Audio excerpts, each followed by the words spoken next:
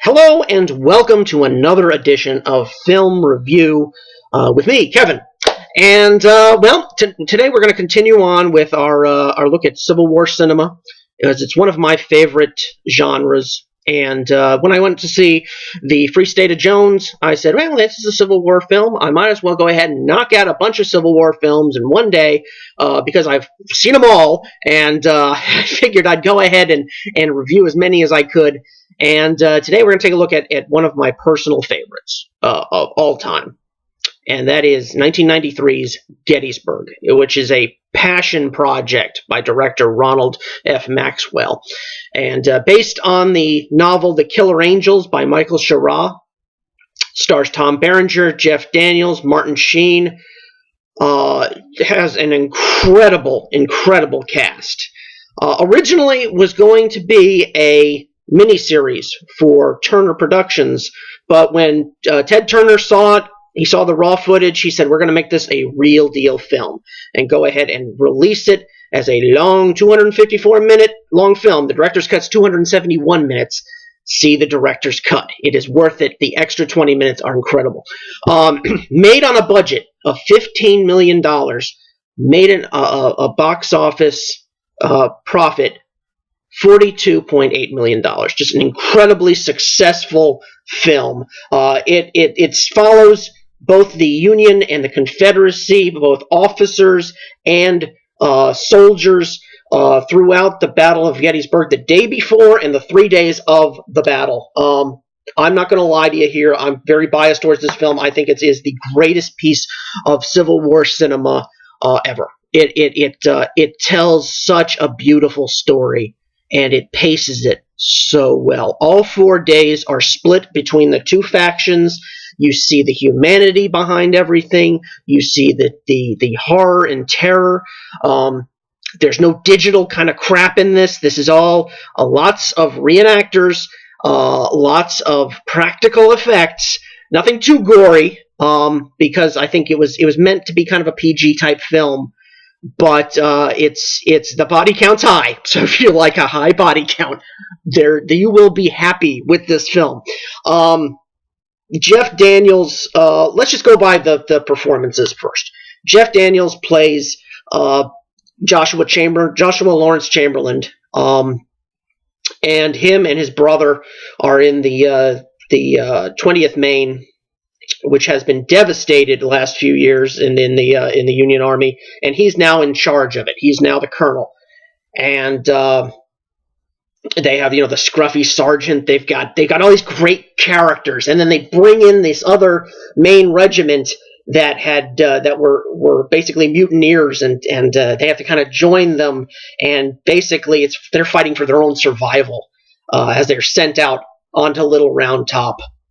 Being assaulted by the 15th Alabama and the 3 other Alabama regiments, and it's such a beautiful story there. They tell that story. They tell the story of Robert E. Lee. The main story really is of General Longstreet. The book must be really based on the controversial things that Longstreet said after the war, where he said that I wouldn't have done what Robert E. Lee said. And it really looks at his point of view, and Tom Berenger just plays the part perfectly. He's so good in it. And Martin Sheen as Robert E. Lee, wow. I mean, the man was born to play the part, and he just was so good. He looks the part.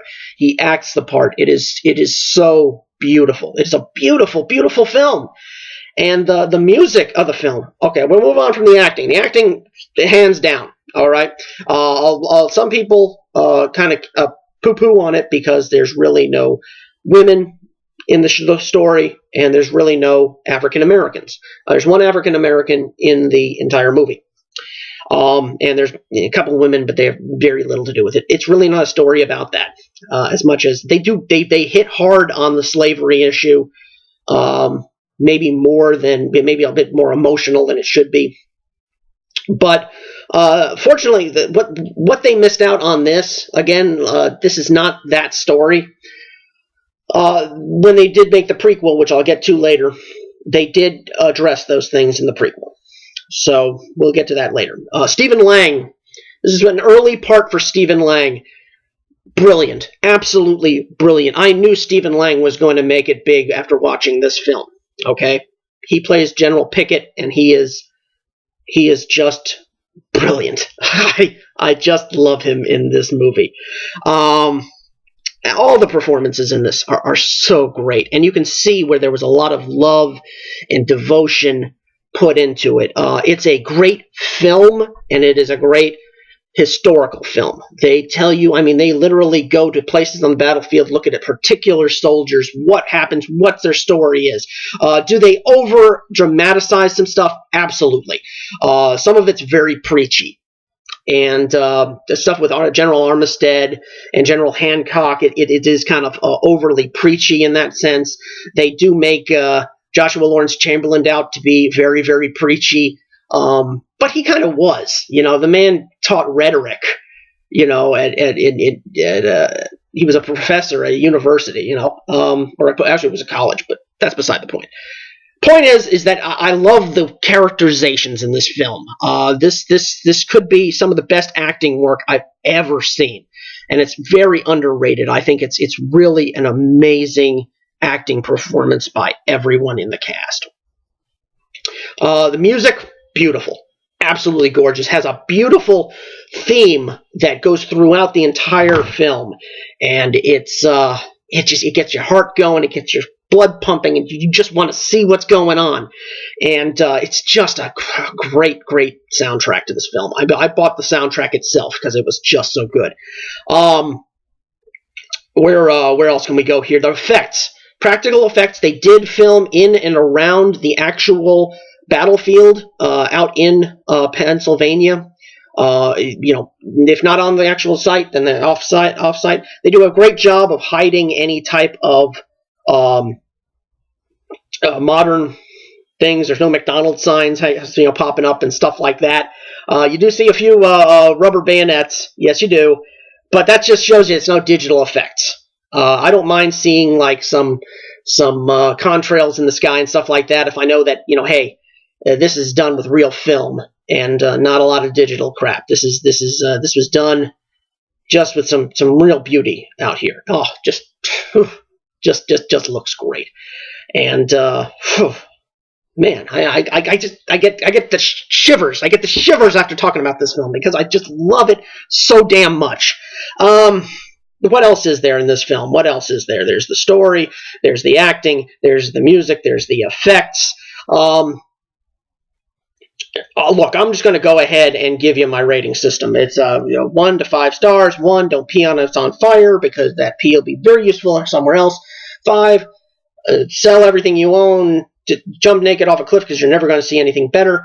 It's a 5-star. Absolutely. In my opinion, this film is a 5-star film. Does it have inaccuracies? Yes. Is it a perfect film? No. But I think it is a great mixture of entertainment and history put together, and it's a film that needs to be seen. It really needs to be seen. What I'd love to have you do is go ahead and comment down below. Tell me what you think about this film. Do you think that it's really great, or do you think I'm just blowing my horn and I don't know what I'm talking about? Hey, I'm full of crap. I mean, look at my eyes. They're hazel. You know why? Because I'm full of crap. But the point is, I think that this is a great film. What do you think? I want to hear what you have to say. If you like the video, go ahead and click like. If you want to see more, please consider clicking on that subscribe button because it helps out the channel in a whole lot of different ways. But I'd love to hear your thoughts on this film. But if you haven't seen it, watch this film. Now, there is a prequel called Gods and Generals. I am going to go ahead and do a review on that next. It's a different type of film. But I'm going to go ahead and get into that. It is a long movie, but I think it paces itself so well with such great characters that you're going to enjoy it. So please let me know what you think, and I'll catch all of you on the flip side. Keep watching them movies.